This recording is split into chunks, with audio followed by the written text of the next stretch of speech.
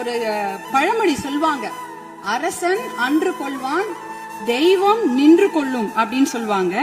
இன்னைக்கு நம்ம குழந்தைங்க மேல கைய வச்சவங்கள நம்ம சும்மா விடக்கூடாது. நம் பெண்கள் மேல் கை வைத்தவர்கள் சும்மா விடவே கூடாது. இதுக்கு மேல நம்ம பொறுமையா இருக்கிறதுல அர்த்தமே கிடையாது.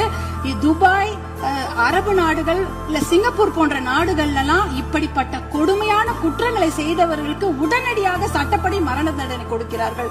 அந்த மரண பயத்தையும் உயிர் பயத்தையும் தப்பு செய்தவங்களுக்கு நம்ம கொடுக்கணும். அப்படி இருந்தாதான் இந்த பெண்கள் குழந்தைகளை காப்பாற்ற முடியும். வேற வழியே கிடையாது. ஏன்னா அவங்க நினைச்சிட்டு இருக்கிறாங்க, இன்னும் ஒரு 5 வருஷம் பொறுமையா கேஸ் ஆடிக்கிட்டே போலாம், பொறுமையா வெளில வந்துடலாம். இந்த கோர்ட் இல்லனா அந்த கோர்ட், அந்த கோர்ட் இல்லனா அதுக்கு மேல கோர்ட்னு போய் அவர்கள் வெளியில வந்து விடுவார்கள் என்ற தைரியத்துலதான் இவ்வளவு பெரிய தவறுகளை செய்கிறார்கள். அவர்களுக்கு அந்த உயிர் பயத்தை, குழந்தைகள் மேல் கை வைத்தவர்களுக்கும் பெண்கள் மேல் கை வைத்தவர்களும் அந்த உயிர் பயத்தை கொடுத்தாதான் இனிமேல் அந்த தவறை செய்ய மாட்டாங்க.